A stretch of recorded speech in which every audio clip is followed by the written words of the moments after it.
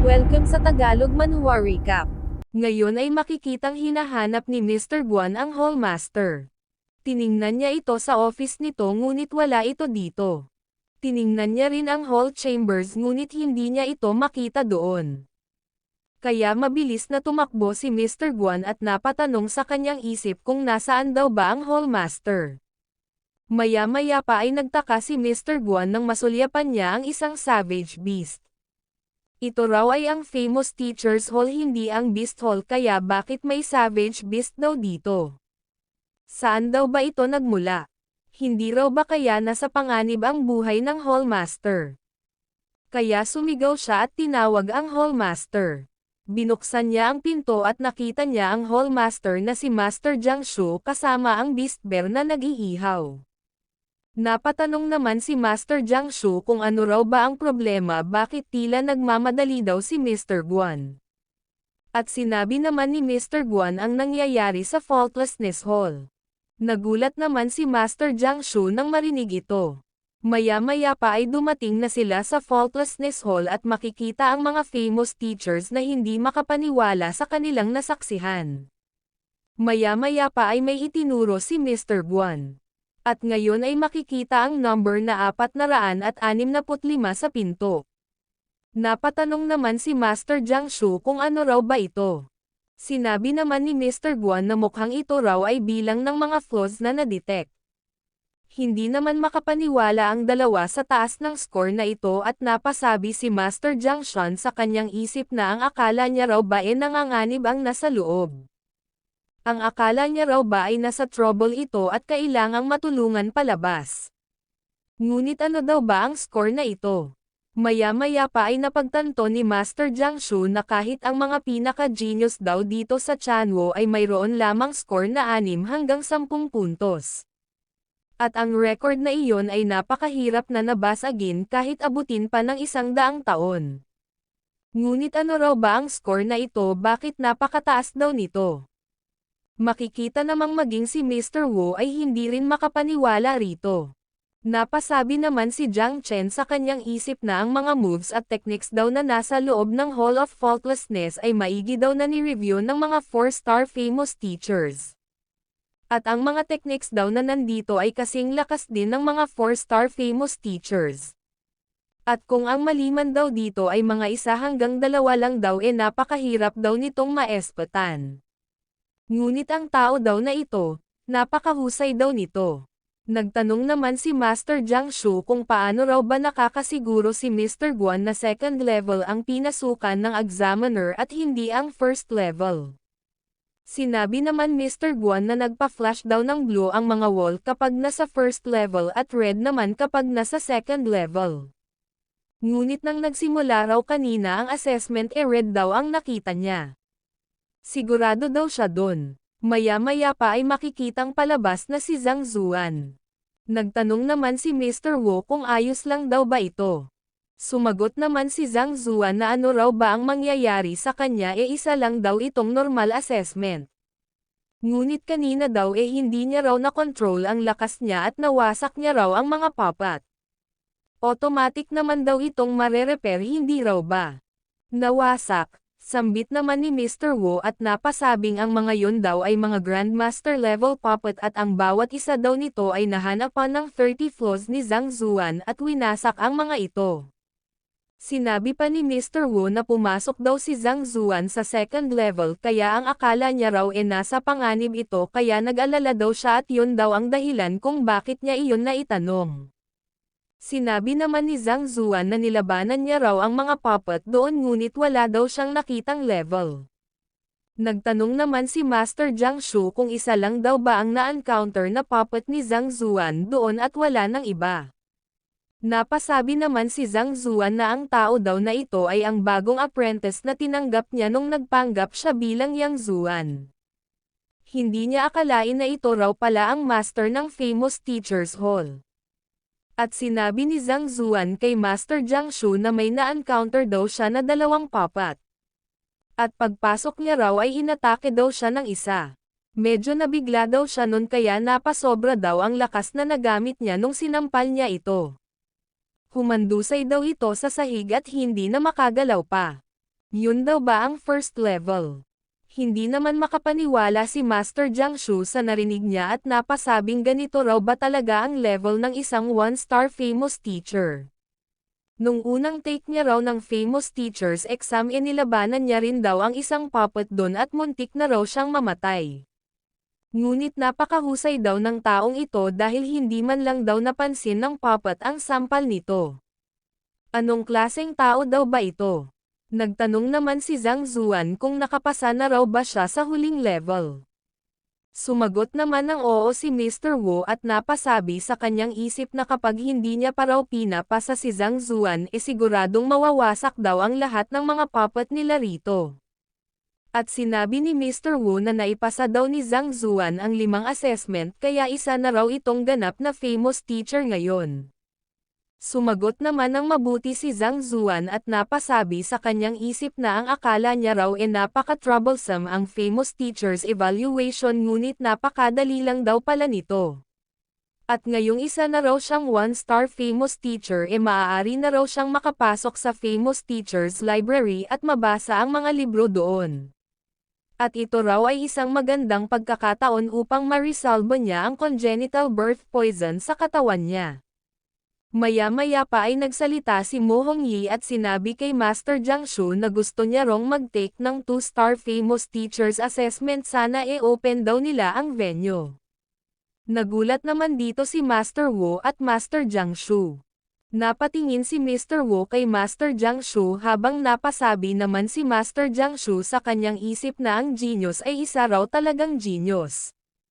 Napakabilis daw ng cultivation ni Mo Hongyi. Hindi pa raw masyadong matagal mula nung mag-take ito ng 1-star famous teachers assessment at ngayon ay mag-take na naman daw ito ng assessment para sa 2-star. At sinabi ni Master Jiang na ang famous teachers hall daw ay hindi tumututol sa competition dahil ito raw ay makapagbibigay ng progress. Ang balak daw na ito ni Mo Hongyi ay isang great fortune para sa branch na ito. At inutusan niya si Mr. Wu na mag-prepare para sa 2-star assessment. Nagpasalamat naman si Mo Hongyi dito. At sumang-ayon naman si Mr. Wu. Maya-maya pa ay nagsalita si Zhang Zuan at sinabing dahil mag-take daw ng 2-star famous teacher assessment si Mo Hongyi ngayon troublesome na raw kapag mag-prepare pa sila ulit kaya ano raw ba kaya kung sumabay na raw siya kay Mo Hongyi na mag-take ng assessment para sa 2-star. Na siya namang ikinagulat ng 6. Napasabi naman si Mo Hongyi sa kanyang isip na mukhang sinasadya daw talaga ni Zhang Zuan na sampalin siya sa mukha. At dahil napaka-disrespectful daw nito wag daw siyang sisisihin nito kung magiging bastos siya. At sinabi ni Mo Hongyi kay Zhang Zuan na dahil sa natapos daw nito ang 5 level para sa 1-star famous teachers assessment totoong ito raw ay qualified ganun pa man kung gusto niya rong mag-take ng 2-star famous teachers assessment kailangan niya raw ng dagdag na qualifications. Mayroon daw ba siya nito? Kailangang si Zhang Zuan daw ay mayroong 2 auxiliary occupations o higit pa at kailangan naabot niya na raw ang 2-star level nito. Dinagdag pa ni Mo Hongyi na siya raw ay hindi ganoon ka-talented ngunit siya raw ay isang 2-star alchemist, 2-star formation master, at 2-star weapon master. Mayroon daw bang ganito si Zhang Zuan?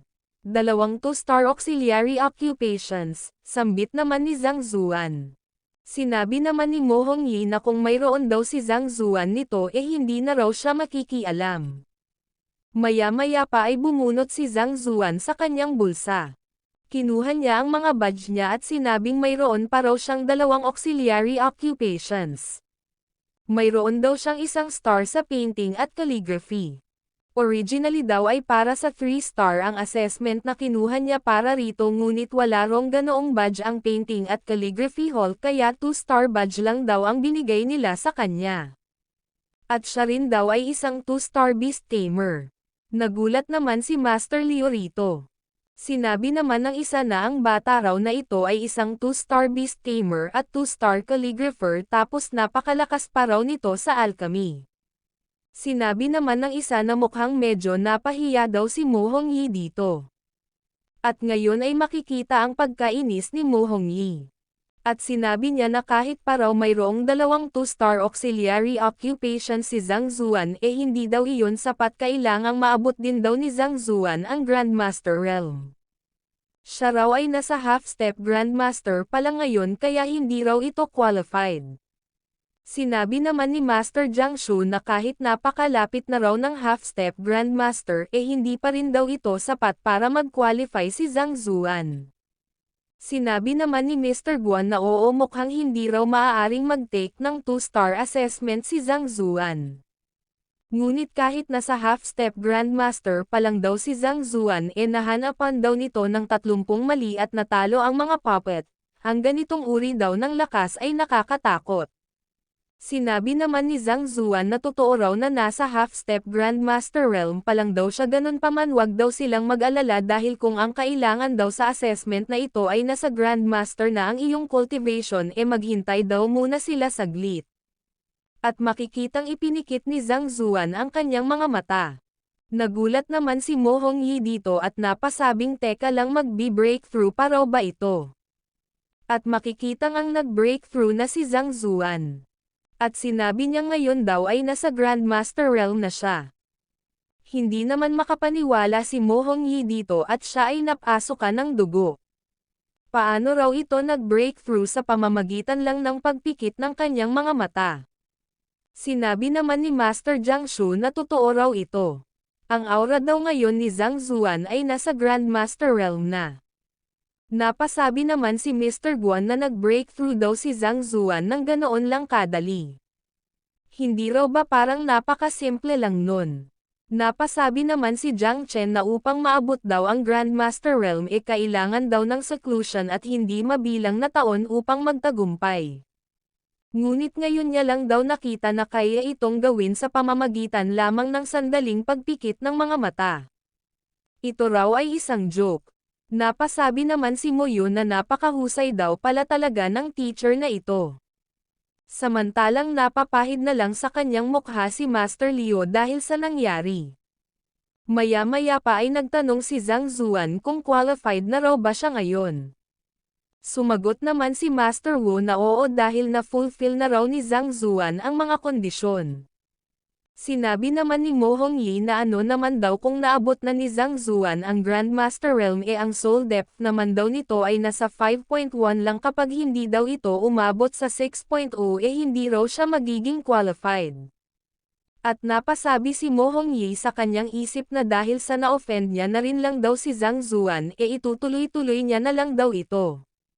Napasabi naman si Mo Yu sa kanyang isip na hindi raw ba natatakot ang kuya niya na baka sabihin na naman ni Zhang Zuan na teka lang, maghintay muna sila saglit. Sinabi naman ni Mr. Wu na oo, totoo daw yun, isa daw sa mga kondisyon kailangang mayroong 6.0 na soul depth upang mag-qualify sa 2-star famous teachers assessment. Sinabi naman ni Zhang Zuan na totoo daw yun, naaalala niya raw na may sinabi si Master Liu sa kanyang ganon. Sinabi naman ni Zhang Zuan na kung ganoon wag daw silang mag-alala, maghintay daw muna sila saglit. Nagulat naman dito si Mr. Wu at napasabi naman si Mo Hongyi sa kanyang isip na ang soul depth daw ay iba sa cultivation, hindi raw ito tumataas ng agaran. Hindi raw siya naniniwala na mayroon ng 6.0 na soul depth si Zhang Zuan ngayon. Maya-maya pa ay casual lang na tinawag ni Zhang Zuan si Master Jiang Shu at sinabing pumunta raw ito sa kanya. Nagulat naman si Mo Hongyi at Mr. Wu na tinawag lang ni Zhang Zuan na Jiang Shu ang Pavilion Master. Nagalit naman dito si Jiang Chen at sinabing ano raw ba ang ginagawa ni Zhang Zuan. Ang tatay niya raw ay nasa pinnacle na ng 2-star famous teacher at ito raw ang Pavilion Master ng famous teacher pavilion. Sino raw ba si Zhang Zuan para utos-utusan lang ng ganoon ang tatay niya? Siya ang tatay mo, sambit naman ni Zhang Zuan. Sumagot naman si Jiang Chen na oo, tama yon. Sinabi naman ni Zhang Zuan na kung ganoon mag-step aside daw muna si Jiang Chen dahil kakausapin niya raw muna ang tatay nito. Sumang-ayon naman si Master Jiang Shu dito at inutusan niya si Jiang Chen na mag-step aside na siya namang ikinainis ni Jiang Chen. At nagtanong si Master Jiang Shu kung maaari niya raw bang malaman kung bakit pinatawag siya ni Master Zhang Zuan dito. Sinabi naman ni Zhang Zuan na hindi raw ba't may kinilala si Master Jiang Shu na teacher na nagngangalang Yang Zuan kahapon. Napatanong naman si Master Jiang Shu kung paano raw ba ito nalaman ni Zhang Zuan at napasabi sa kanyang isip na hindi niya raw sinabi kahit kanino ang tungkol dito. Kaya ibig sabihin nag-leak daw ang bagay na ito mula kay Master Yang Zuan. Nagulat naman ang tatlo rito at hindi naman makapaniwala si Mr. Wu na may kinilalang master si Master Jiang Shu at napasabi naman si Mo Hongyi na ang Pavilion Master daw ay nasa pinnacle na ng 2-star hindi raw ba kaya higit pa sa 2-star ang taong yon. Sinabi naman ni Zhang Zuan na siya raw ay direct disciple ni Master Yang Zuan kaya kung susundin daw nila ang customs dapat tawagin daw siyang senior ni Master Jiang Shu. Napasok ka naman ng dugo si Jiang Chen nang marinig ito. Totoo raw ba ito? Kailan daw ba kumilala ng master ang tatay niya at senior daw ng tatay niya si Zhang Zuan? Kung totoo daw yon ano na raw ba siya? Junior nephew. Nagulat naman si Master Jiang Shu nang marinig ang sinabi ni Zhang Zuan at napasabing kaya raw pala napaka-formidable na ni Zhang Zuan kahit napakabata pa nito. So ito pala ay mag-aaral ng master niya. Sinabi naman ni Zhang Zuan na totoo daw yon. Sinabi na rin daw sa kanya ng master niya ang tungkol sa sitwasyon ni Master Jiang Shu at banilinan daw siya nito ng cultivation technique para kay Master Jiang Shu. Hanggat cultivate lang daw ni Jiang Shu ang teknik na ito mareresolba na raw ang kanyang mga trauma. At sa katunayan hindi na raw magiging problema sa kanya na maabot ang half-step supreme. Napasabi naman si Master Jiang Shu na nung ipinoint out daw ni Master Yang ang problema niya akala niya raw ay marami pa siyang kailangang gawin para kay Master Yang bago nito resolbahin ang kanyang problema. Ngunit hindi niya raw in-expect na ipapadala nito si Master Zhang Zuan upang i-relay ang solution. Maya-maya pa ay lumapit si Zhang Zuan at sinabing makinig daw si Jiang Shu ng mabuti at sinabi ni Zhang Zuan ang solution. Napaluhod naman dito si Master Jiang Shu, nagpasalamat kay Master Yang para sa bestowment, tinawag na senior si Zhang Zuan at nagpasalamat sa pag-impart nito ng teknik sa kanya. Hindi naman makapaniwala ang mga famous teachers dito. Napasabi ang isa na lumuhad daw talaga ang Pavilion Master sa batang ito. Sinabi naman ng isa na sino raw ba itong si Master Yang, gaano raw ba ito kalakas. Sinabi naman ng isa na hindi raw lumuhad ang Pavilion Master para sa batang ito kundi sa master daw nito ibig sabihin senior daw talaga ng Pavilion Master ang batang ito. Sinabi naman ng isa na dahil kinilala daw na master ng Pavilion Master ang taong yun ibig sabihin lagpas na raw sa 3-star ang taong yun. Napaiyak naman dito si Jiang Chen at napasabi sa kanyang isip na ang akala niya raw nagyayabang lang si Zhang Zuan ngunit lumuhad daw pala talaga ang tatay niya rito. Natuwa naman si Zhang Zuan dito dahil sa pagluhod ni Master Jiang Shu ay may nabuong gintong libro. Sa wakas mukhang tataas na raw ang kanyang soul depth. At hinawakan na nga ni Zhang Zuan ang libro. Maya-maya pa ay napasabi si Zhang Zuan na ito raw ba ang state of insight mukhang madali niya na lang daw ngayong makikita ang mga flaws at madeduce ito upang makagawa ng solution. Ang original niya raw na intention ay gamitin ang page upang i-assimilate ang mga content sa kanyang utak ngunit iba daw ang nangyari. At ngayon daw ay makakahanap na siya ng mga paraan para gumawa ng mga ganitong libro. At sinabi ni Zhang Zuan na mukhang sapat na raw ang kanyang soul depth ngayon. Nagulat naman ang dalawa nang marinig ito. Ano raw ba ang ibig sabihin ni Zhang Zuan? Napasabi naman si Mo Hongyi sa kanyang isip na ano raw ba ang ibig sabihin ni Zhang Zuan. Ibig sabihin daw ba nito umabot na sa 6.0 ang soul depth niya? Paano daw yun nangyari 5.1 lang daw ito kanina. Nag-usap lang daw sila saglit ni Master Jiang Shu tapos ngayon sasabihin na raw nito na sapat na ang soul depth niya.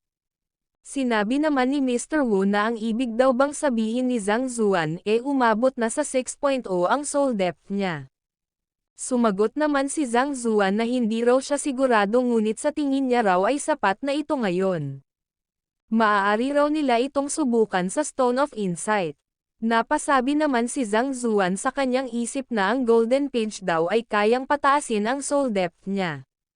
Ngunit hindi niya raw alam kung ilan ang itinaas nito. After all noon daw ay tumaas ito bigla sa 5.1 kaya naman siguro ganon din daw ang mangyayari ngayon. Sinabi naman ng dalawang famous teacher na sinabi daw ni Zhang Zuan na hindi siya sigurado. Sinabi naman ng isa na sapat na raw ba kaya talaga ito. Sinabi naman ng isa na hindi raw alam ni Zhang Zuan ang sarili niyang soul depth, nagpapatawa daw ba ito. Maya-maya pa ay binigay na ni Mr. Wu ang Stone of Insight kay Zhang Zuan. Kinuha naman ito ni Zhang Zuan at sinukat ang soul depth niya. Naintriga naman ang mga famous teachers kung ano raw ba ang resulta. Ngunit nagtaka si Zhang Zuan at napatanong kung ano raw ba ang nangyayari. Wala wrong number na lumabas, hindi raw ba kaya na-cancel out ng Golden Page ang kanyang soul depth? Ano raw ba ang gagawin niya? Nagyabang na raw siya kanina. Mamamatay daw ba siya sa bagbog dito? Sinabi naman ni Mo Hongyi na dahil sa wala rong lumabas na number ibig sabihin daw nun hindi pa umaabot sa 6.0 ang soul depth ni Zhang Zuan. At dahil doon hindi raw ito qualified at sinabi niya kay Mr. Wu na wag na raw nila itong patagalin pa, simulan na raw nila ang assessment. Ngunit nagsalita si Master Jiang Shu at sinabing teka lang. Tinanong niya si Zhang Zuan kung maaari niya raw bang makita ang Stone of Insight. Binigay naman ito ni Zhang Zuan at nagtanong kung ano raw ba ang problema. Maya-maya pa ay hinawakan ito ni Master Jiang Shu at dinurog na parang wala lang. Na siya namang ikinagulat ng tatlo. Katulad daw ng isang jade, ang Stone of Insight daw ay napakatigas. Ni hindi man lang daw gumamit ng lakas ang Pavilion Master ngunit bakit daw ito nadurog ng ganito? Sinabi naman ni Master Jiang Shu na gaya daw ng inaasahan, mayroon lang dong dalawang posibilidad kung bakit hindi nagpakita ng result ang Stone of Insight. Ang una ay ang taong nag-test daw nito ay walang State of Insight at pangalawa ang soul depth daw nito ay lumagpas na sa kapasidad ng Stone of Insight kaya hindi ito masukat. Lumagpas sa limit, pagtatakang sambit naman ni Mo Hongyi. Sinabi naman ni Master Jiang Shu na ang Stone of Insight daw na ito ay kaya lamang sumukat ng hanggang sa 9.0 na soul depth. Ibig sabihin ay ang kaya lang dong sukatin ng Stone of Insight na ito ay yung mga nasa 3-star pababa.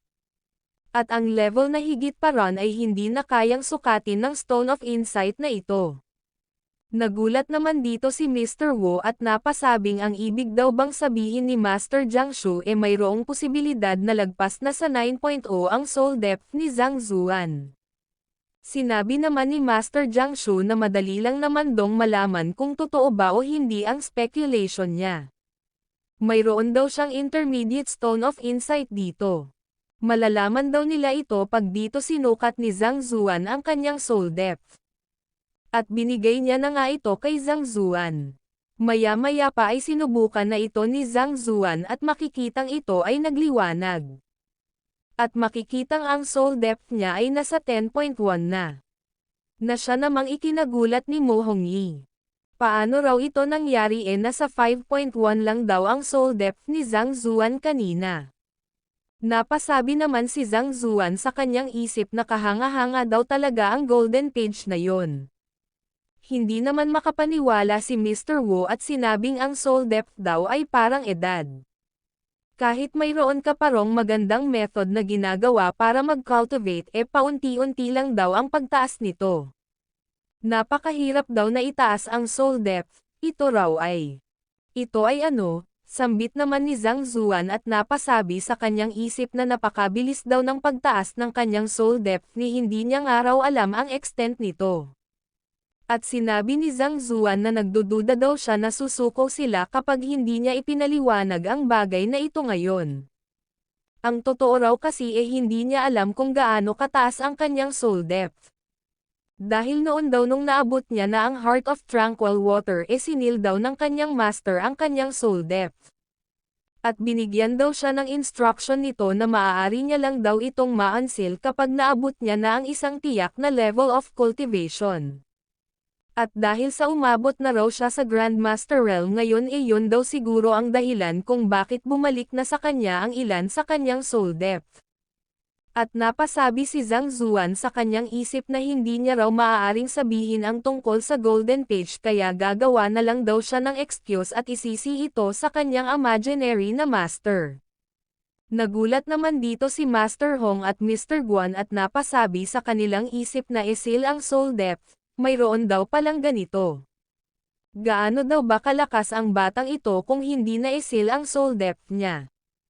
At anong rank daw ba ng master ang mayroong kakayahang gawin ito? Sinabi naman ni Master Jiang Shu na totoo daw na mayroong mga taong ipinanganak na mayroong overwhelming na soul depth.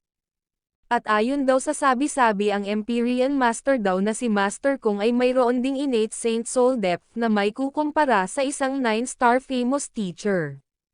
Mula pagkaanak nakadestined na raw ito na maging extraordinary. At hindi daw naglaon umakyat na raw ito sa tuktok at naabot ang mga nakakamanghang bagay. Nagulat naman si Mr. Wu at Mo Hongyi sa kanilang narinig. Dinagdag pa ni Master Jiang Shu na ngunit si Master Kung daw ay hindi nag-iisa. Mayroon din dong isang genius sa Zuan Yuan Kingdom noon na hinirang bilang Kingdom Master Teacher Pavilion. At naabot daw nito ang Heart of Tranquil Water sa edad na 17. At sa unang assessment daw nito ay mayroon na itong nakakatakot na level ng soul depth na nasa 9.3. Nasapat na raw upang mag-take ito ng assessment para sa 3-star famous teachers.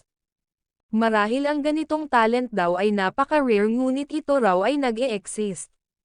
Ganun pa man kapag ikaw daw ay mayroong napakataas na soul depth at hindi ito masuportahan ng iyong cultivation mayroon dong hindi magandang consequences na mangyayari. At siguro ito raw ang dahilan kung bakit isinil ni Master Yang ang soul depth ni Zhang Zuan. Napasabi naman si Master Liu sa kanyang isip na kaya raw pala kinuha ng isang formidable na master na tulad ni Master Yang si Zhang Zuan bilang mag-aaral. Ang bata daw na ito ay isang rare genius. Hanggat hindi lang daw ito mamamatay siguradong ito raw ay magiging isang 4-star famous teacher. Makikita namang namangha si Mo Yu sa kanyang natuklasan. Maya-maya pa ay tinanong ni Zhang Zuan si Mr. Wu kung mayroon pa raw bang ibang mga requirements, bakit hindi niya na lang daw ilista ang lahat ng ito nang siya ay makapaghanda. Sumagot naman si Mr. Wu na wala na raw. Sinabi naman ni Zhang Zuan na kung ganoon daw maaari na raw siyang makapag-take ng 2-star famous teacher assessment hindi raw ba. Napasabi naman si Mo Hongyi sa kanyang isip na kung alam niya lang daw na ganito pala kahalimaw ang taong ito hindi niya na raw sana ito inoffend. Hindi lang daw nasira ang reputasyon niya nagmukha pa raw siyang isang egotistical bastard at naging laughingstock. Sinabi naman ni Mr. Wu na dahil naabot na raw ni Zhang Zuan ang lahat ng requirements maaari na raw silang magsimula ngayon. Sinabi naman ni Mr. Guan na mayroon din dong 5 test sa 2-star assessment.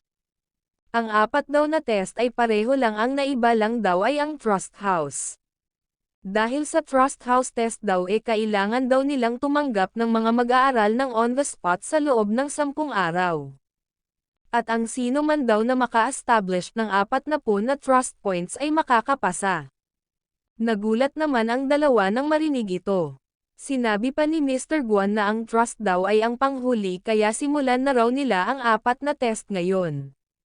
Sinabi naman ni Zhang Zuan na kung ganoon ay mag-umpisa na raw sila. Sinabi naman ni Mr. Guan kay Zhang Zuan na teka lang daw. Maaari daw bang si Mo Hongyi muna ang paunahin nila?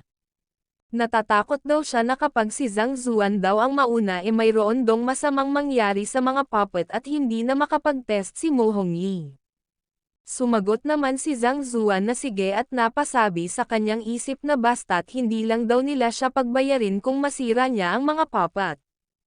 Maya-maya pa ay makikitang naipasa na ni Mo Hongyi ang unang test.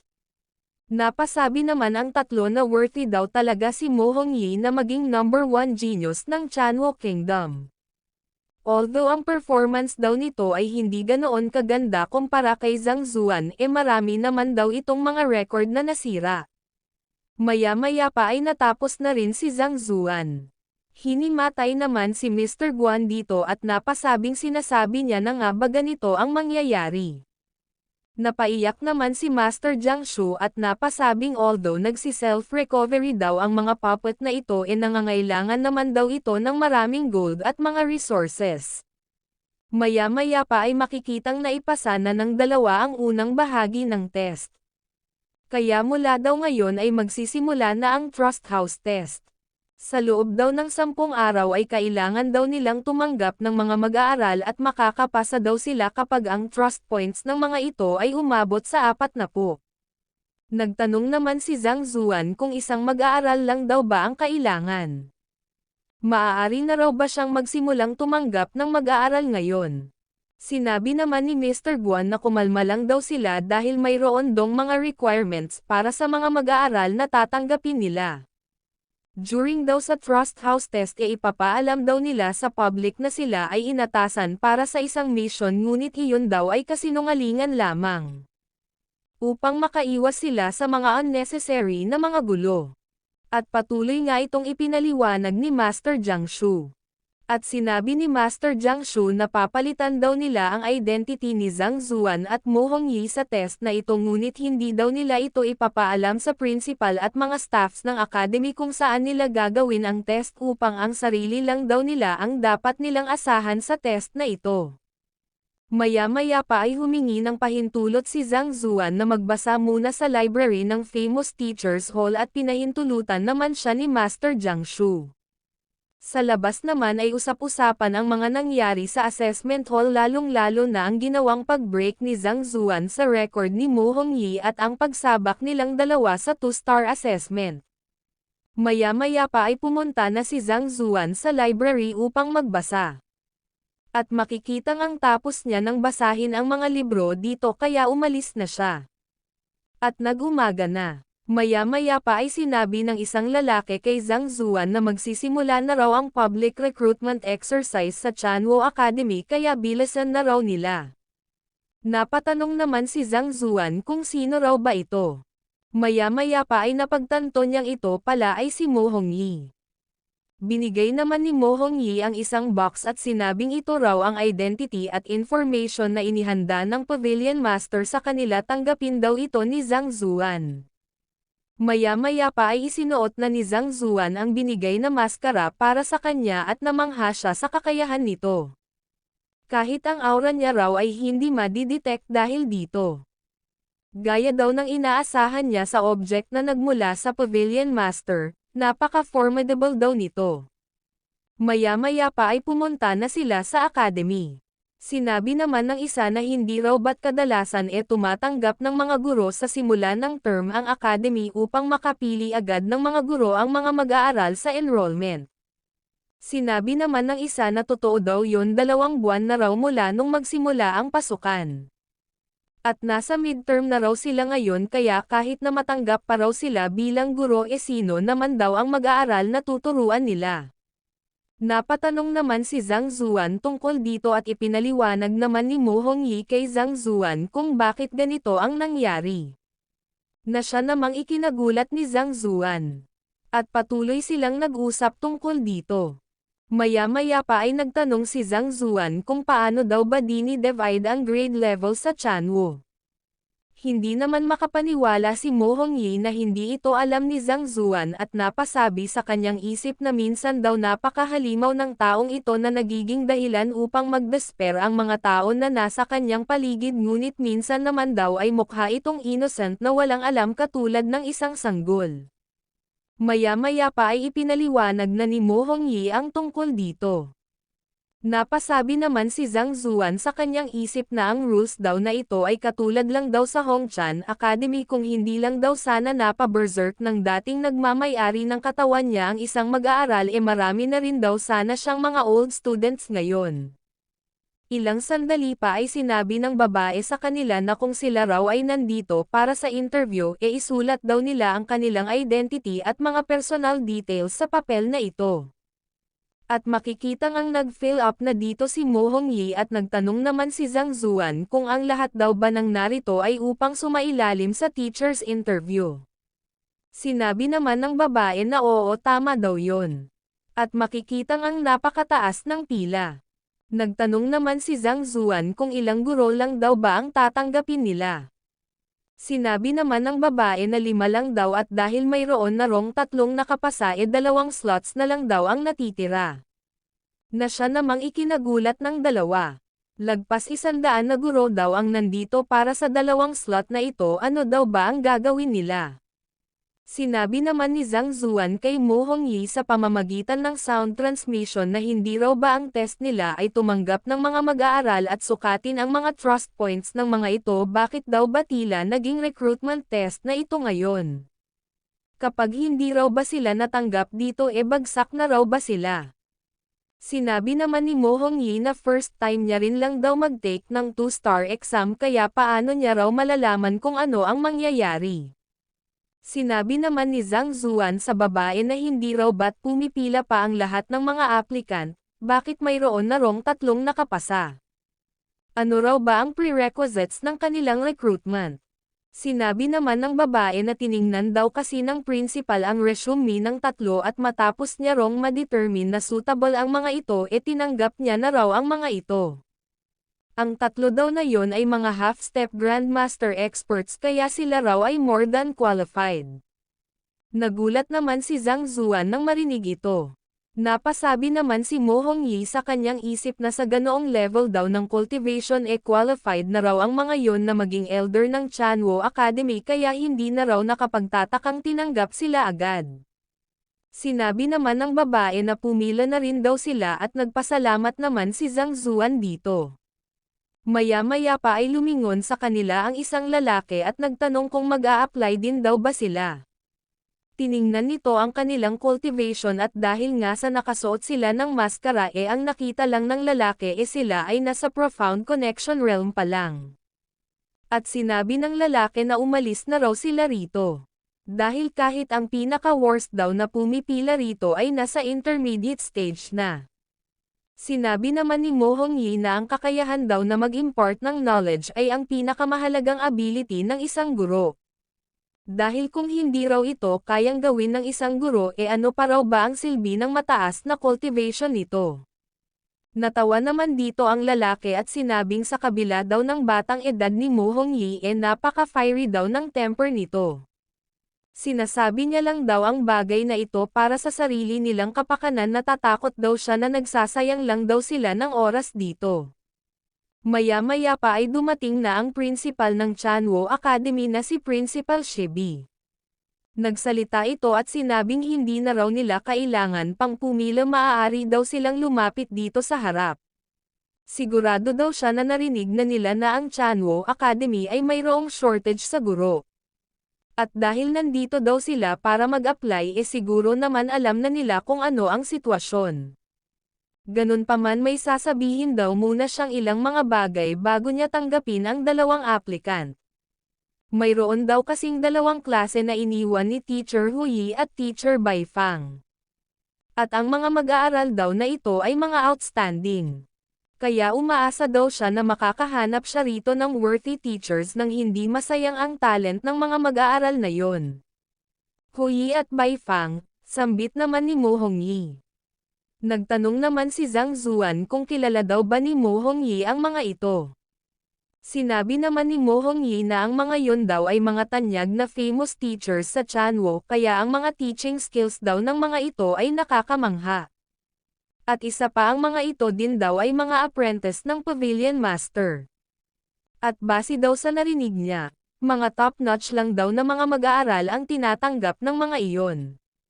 Mukhang ang test daw na ito ay hindi kasing dali ng iniisip nila. Nagulat naman si Zhang Zuan nang marinig ito at napasabing ang akala niya raw ay hard mode lang ang test na ito ngunit mukhang hell mode daw pala ito. Sinabi pa ng principal na alam niya raw na ang lahat ng mga nandito ay mayroon ng mataas na karanasan sa pagtuturo at sila raw ay mga official teacher na qualified ng guild. Kaya kung pipili daw siya base sa kanilang mga resume mahihirapan daw siya. At dahil sa ganoon daw ang sitwasyon pipili daw siya ng tatanggapin base sa kanilang teaching standards. Base sa teaching standards, sambit naman ni Zhang Zuan at sinabing ano naman daw yung 3 guro na tinanggap na nila. Sinabi pa ng principal na ang isang guro daw ay responsible sa pag-impart ng knowledge at sa pag-clarify sa mga doubts ng mga mag-aaral. Ginagabayan daw ng guro ang mga mag-aaral patungo sa tamang landas upang maabot nila ang katayugan. Sinabi naman ng isa sa mga applicant na ang pangunahing responsibilidad daw ng mga guro ay ang magturo. Dahil kung hindi raw kayang magturo ng isang guro wala dong silbi ang lahat. Sinabi naman ng isa na kahit gaano pa raw kataas ang cultivation ng isang guro kung hindi naman daw ito marunong magturo balewala daw ang lahat. Ang ganitong uri daw ng test ay talagang fitting para sa isang teacher interview. Napasabi naman si Zhang Zuan na mukhang hindi raw alam ng mga ito kung paano pinili ang 3 nauna. Sinabi pa ng principal na mayroon dong 2 mag-aaral dito na mayroong mga problemang hinaharap. Ang sino man daw na makapagbigay ng solusyon sa problema ng 2 ito ay siyang tatanggapin nila. At kung mayroon man dong 2 na makapagbibigay ng solusyon ang mayroong pinakamagandang payo daw ang siyang matatanggap kaya sino raw ba ang gustong mauna? Maya-maya pa ay nagtaas ng kamay ang lalaki. Napasabi naman si Zhang Zuan sa kanyang isip na hindi raw ba alam ng batang ito na ang mauuna ang siyang pinaka-vulnerable, kaya bakit nagtangka raw talaga itong mauna sa ganitong uri ng test. Pinuri naman ito ng principal at sinabing hindi na raw masama. Ang lahat ng guro daw ay dapat mayroong ganitong adventurous attitude. Dahil napaka-imposible daw na magabayan mo ang isang mag-aaral kung ikaw ay naduduwag at natatakot. Napamura naman si Zhang Zuan dito at napasabi sa kanyang isip na kung alam niya lang daw na ganito ang mangyayari nag-rush na raw sana siya. Nakuha niya na raw sana ang favor ng principal. Nagpakilala naman ang lalaki at sinabing siya raw ay si Long Thao. Isang guro mula sa Hengdian Jiuyan. At sinabi niya sa mga mag-aaral na maaari daw bang mag-execute ng ilang mga move ang mga ito para sa kanya. Sumang-ayon naman ang mga mag-aaral dito. At ginawa na nga nila ito. Sinabi naman ng principal na maaari na rong ibigay ni Long Thao ang evaluation niya ngayon. Sinabi naman ni Long Thao na ang teknik daw na in-execute ng babaeng mag-aaral ay ang Clearwater Fleeting Cloud Hands. Although ang pag-execute daw nito ng teknik na iyon ay nagpapakita ng elegance at solid foundation lacking naman daw ito pagdating sa true chi. Kaya kapag gumagalaw daw ito, ang movements daw nito ay medyo strained. Kaya kung hindi daw siya nagkakamali hindi pa katagalan nang maabot nito ang true essence. Kung kaya naman hindi pa ito sanay sa paggamit ng true chi. Kaya maliwanag daw na nag-practice ito ng mabuti upang ma-perfect niya ang teknik na iyon. Ang movement daw nito ay skilled, beautiful at precise ngunit dahil daw sa kakulangan nito sa true chi ang mga movements daw na yon ay empty. Kaya kung ito raw ay magiging mag-aaral niya gagabayan niya raw ito kung paano gamitin ang true chi at ang teknik daw na ipapakultivate niya rito ay ang lucid jade technique. At sinabi niya naman sa lalaking mag-aaral na ito raw ay mayroong great brute might. At dahil sa may affinity daw ito sa mga strength-based na mga cultivation techniques at battle techniques sa tingin niya raw ang searing bamboo art ang pinaka-suitable para sa kanya. Sinabi naman ni Zhang Zuan na nakita niya rin daw ang bagay na iyon. Sinabi naman ng isa na sana daw nag-volunteer daw siya agad kanina. Napamura naman ang isa at sinabing kapag pumunta pa raw sila dun wala na raw silang masasabi dahil nasabi na raw ng lalaking iyon ang lahat. Mahusay sambit naman ng principal at nagtanong kung mayroon pa raw bang dadagdag. At nagpresente naman dito ang isang lalaki. Sinabi naman ng iba na ito raw ay si Teacher Duzon na nagmula sa Tianquan Academy. Sinabi pa ng iba na narinig daw nila na ito ay isang star teacher at ito rin daw ay isa ng apprentice ng isang master teacher. Sinabi naman ng isa na totoo daw yon. Naka-attend daw siya sa isa sa mga lecture nito noon at talagang napakahusay daw ng taong ito. Napasabi naman ang isa na mukhang mawawalan na raw sila ng isang slot. At nagsalita na nga si Duzon at nagsabing totoo raw na napaka-nimble ng galaw ng babaeng mag-aaral kaya tama daw ang sinabi ng naunang guro na ang suitable na teknik dito ay ang Lucid Jade Technique. 3 buwan pa lang daw mula nang maabot ng babaeng mag-aaral ang True Essence ngunit na master na raw nito ang isang napakalakas na battle technique. At sa ginawa daw nitong pag-complement ng True Chi sa kanyang katawan nagpapakita lang daw ito na napaka-talented ng babaeng mag-aaral na ito. Ang Lucid Jade Technique daw ay kino-consider na ordinary cultivation technique para sa mga babae. At kahit mediocre lang daw ang talent ng isang babae hindi raw ito mahihirapan na cultivate ang technique na ito. Ganun pa man, dahil sa aptitude daw nito kung eco-cultivate daw nito ang teknik na iyon kasayangan lang daw iyon. Kaya sa tingin niya raw mas mabuti raw kung ang eco-cultivate nito ay ang maiden method. At sa lalaking mag-aaral naman daw, ang movement daw nito ay malakas kaya tama daw ang sinabi ng guro kanina na ang suitable na teknik para rito ay mga strength-based techniques kagaya ng Searing Bamboo Art. Ganun pa man ang mga movement daw nito ay direct, sharp at nakadirekta sa vitals kaya ibig sabihin mayroon na raw itong outstanding na battle experience. Marahil kaya daw na ma-improve ng Searing Bamboo Art ang kanyang cultivation ngunit sa katulad daw nito na skilled pagdating sa offense sa tingin niya raw ay mas suitable sa kanya ang Domineering Heaven's Might technique. Dahil ang teknik daw na ito ay nag-aalaw para mag-burst ang True Chi sa maikling interval kaya magko-complement daw ito sa strength niya. Napakahusay, puri naman ng principal kay Duzon at makikita namang nainis si Long Thao dito. Nagtanong naman ang principal kung mayroon pa raw bang dadagdag dahil kung wala na napunan na raw ang mga slots. Ngunit nagsalita si Mo Hongyi at sinabi sa principal na kung hindi raw siya nagkakamali, ang problema na tinutukoy nito kanina ay hindi tungkol sa cultivation kundi ibang bagay. Ibang bagay, sambit naman ni Long Thao at sinabing ito raw ay ridiculous. Ano pa raw ba ang maituturo ng isang guro bukod sa cultivation? At pinagsalita naman ng principal si Mo Hongyi. Sinabi naman ni Mo Hongyi na kahit alinman sa Lucid Jade Technique at Maiden Method ang piliin ng babaeng mag-aaral na ito wala naman daw gaanong diferensya. Gaya daw ng sinabi ni Duzon, ang babaeng mag-aaral daw na ito ay mayroong great talent. Kaya hindi raw ito maaapektuhan kung anong cultivation ang eco-cultivate niya. Besides kahit medyo mahina daw ang Lucid Jade Technique kino-cultivate niya na raw ito sa loob ng ilang taon kaya familiar na raw siya rito. Kaya kung magpapalit daw ito ng cultivation ma-impede lang daw ang progress nito. Besides basta't mabigyan lang daw ito ng tamang gabay madali lang daw nitong matututunan ang mga techniques na yon. Kaya sa tingin niya raw, ang problema ng babaeng mag-aaral ay hindi ang kanyang cultivation kundi dahil sa dislike nito sa pag-aaral. Dislike sa pag-aaral, sambit naman ng principal at sinabing ipagpatuloy daw ni Mo Hongyi ang sinasabi niya. Naguluhan naman ang dalawa sa kanilang narinig at napasabi naman si Zhang Zuan sa kanyang isip na gaya daw ng inaasahan niya sa number 1 genius ng Chanwo Kingdom, nakuha daw nito agad ang essence ng problema. Dinagdag pa ni Mo Hongyi na ang babaeng mag-aaral daw na ito ay nagtataglay ng superior talent ngunit mayroon daw itong malamig na disposition at mukhang ayaw daw nitong makipaghalubilo sa iba.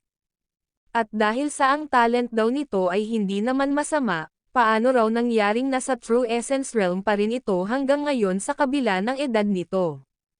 Kaya maliwanag daw na hindi ito seryoso sa kanyang training. Sumang-ayon naman ang dalawa sa mga sinabi ni Mo Hongyi. Napasabi naman si Long Thao sa kanyang isip na kahanga-hanga daw ang taong ito. Nagawa daw nitong madedos ang problema sa pamamagitan lang ng difference ng mag-aaral pagdating sa kanyang aptitude at cultivation. Mukhang ang dislike daw ng babaeng mag-aaral na ito ang tinutukoy na problema ng principal kanina at mukhang mali daw ang natalakay nila. Kaya raw pala hindi natuwa ang principal kanina. Sa lalaking mag-aaral naman daw, Kung hindi raw siya nagkakamali ito raw ay isang problematic youth na madalas mapaaway. At mukhang malapit na raw itong ma-expel. Nagulat naman ang principal dito at napatanong kung bakit daw ba iyon naisip ni Mo Hongyi. Sinabi naman ni Mo Hongyi na simple lang daw yon. Iniksaman niya raw ang galaw nito kanina at napansin niya raw na kahit ito ay nakamodel sa mga kaalaman na matututunan sa mga classroom ang galaw daw nito ay nakadirekta sa vitals. Kaya maliwanag daw na ito ay sumailalim na sa ilang mga laban na siyang naging dahilan upang ma-refine ang mga galaw nito, maging swift at precise, at ang lakas daw nito ay mas naging violent. Ngunit syempre, hindi daw iyon ang main point. Dahil kapag nag-e-execute daw ito ng battle technique mayroon daw itong savage gleam sa kanyang mga mata na nakapagbibigay ng killing intent. At base daw sa personality nito normal lang daw na ma-fall out ito ng madali sa kanyang mga kamag-aral. At ang ganitong uri daw ng mga mag-aaral ay madalas na nasasangkot sa mga gulo kaya sa tingin niya raw nahaharap ito ngayon sa threat ng expulsion. Nagulat naman at napahanga ang principal sa galing ni Mo Hongyi at napatanong na kung ganoon paano raw ba mareresolba ang problema ng mga mag-aaral na ito. Sinabi naman ni Mo Hongyi na dahil sa dislike daw ng babaeng mag-aaral ang pag-aaral kailangan daw nilang maghanap ng paraan upang magkaroon ito ng interest sa pag-aaral. At sa lalaking mag-aaral naman daw na nahaharap sa threat ng expulsion kailangan daw nilang i-suppress ang urge nito na makipag-away sa ibang mag-aaral. Ganun pa man ito raw ay isang continuous process kaya hindi raw ito mareresolba sa loob lang ng 1 o 2 araw. Very good, sambit naman ng principal at sinabing recruited na raw si Mo Hongyi. Sa kakayahan nitong makita ang mga attitude problem ng mga mag-aaral sa pamamagitan ng kanilang mga battle techniques nagte-testimony lang daw ito sa eye of discernment ni Mo Hongyi. Nagtanong naman ang principal kung may dadagdag pa raw ba, kung wala na raw ang ire-recruit niya raw sa recruitment exercise na ito ay si Teacher Sun Cheng at si Teacher Duzon.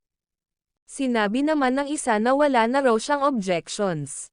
Napasabi naman ang isa na wala na raw silang masasabi pa rito at ayaw din daw nilang mapahiya. Ngunit nagtaas ng kamay si Zhang Zuan at sinabing may dadagdag daw siya.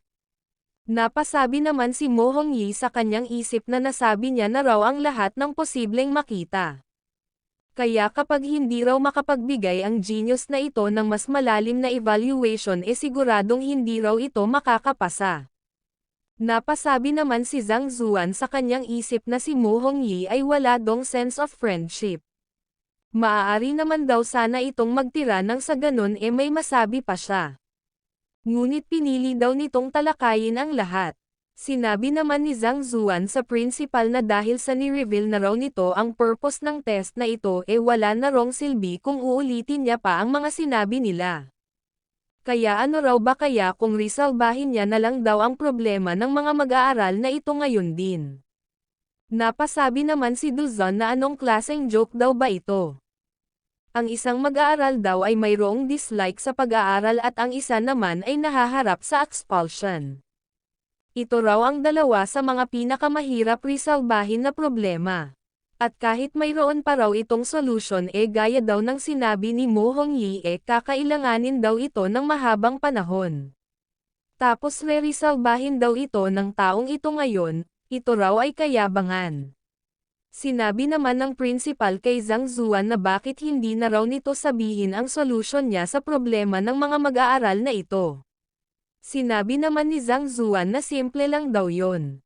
Maya-maya pa ay lumapit si Zhang Zuan sa babaeng mag-aaral at sinabing wag daw itong matakot, hindi raw siya kumakain ng tao. Ngunit mayroon lang daw siyang gustong sabihin ng malapitan. At sinabi na nga ito ni Zhang Zuan sa babaeng mag-aaral. Napaluhod naman dito ang mag-aaral at nakiusap na tanggapin siya ni Zhang Zuan bilang mag-aaral. Handa raw siyang mag-aral ng mabuti sa ilalim ng gabay nito. Na siya namang ikinagulat ng lahat. Napasabi naman ang isa na ano raw ba ang nangyayari. Hindi naman daw umaarte lang ang dalawang ito hindi raw ba. Sinabi naman ng isa na mas mabilis pa raw sa pagbabago ng panahon ang pagbago ng attitude ng mag-aaral.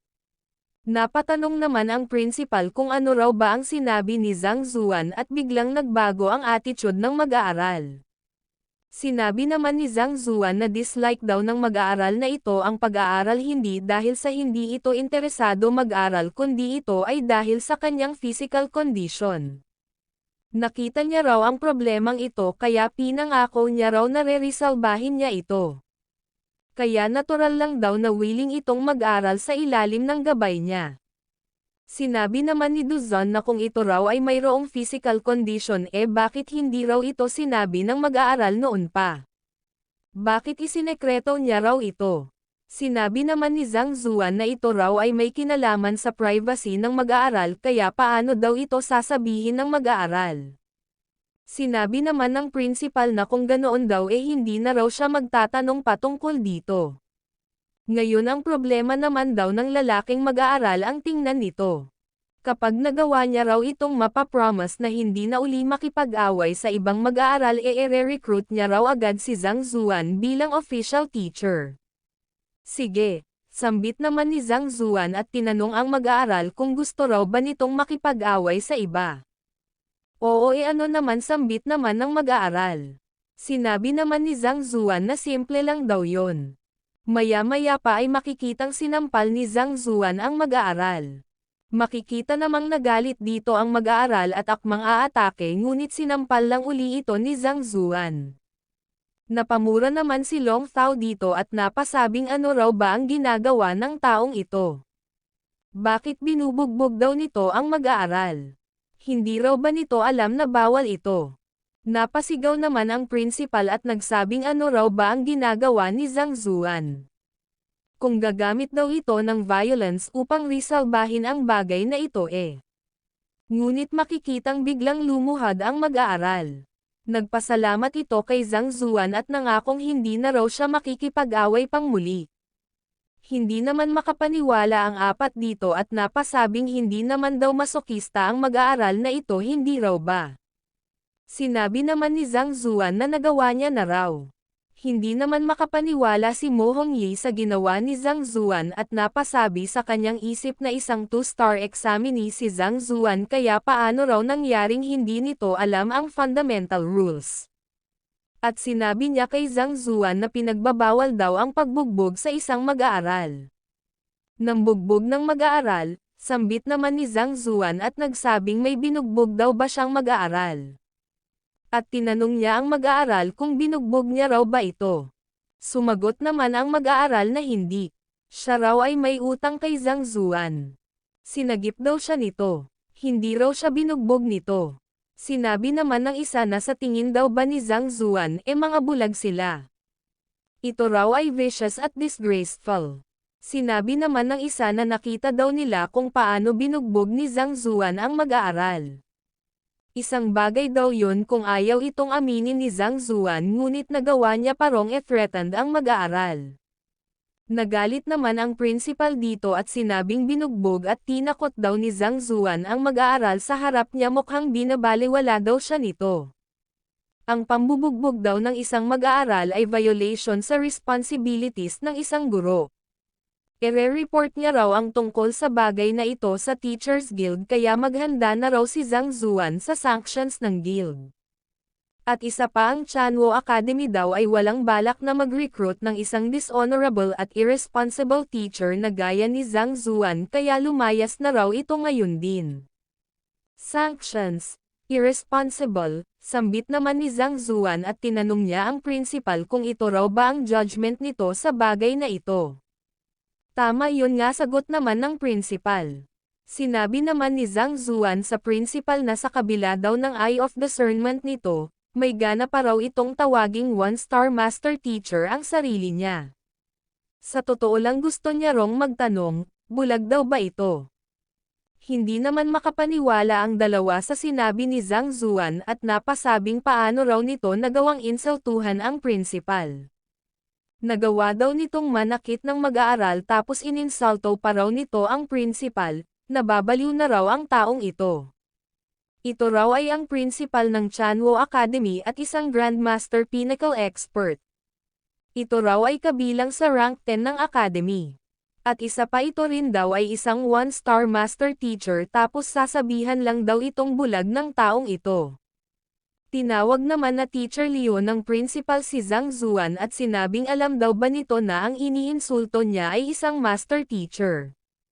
Nang iinsulto ng master teacher, ako, sambit naman ni Zhang Zuan at sinabing kung mayroon man dong nang iinsulto sa identity ng master teacher dito hindi raw siya yun kundi ang principal.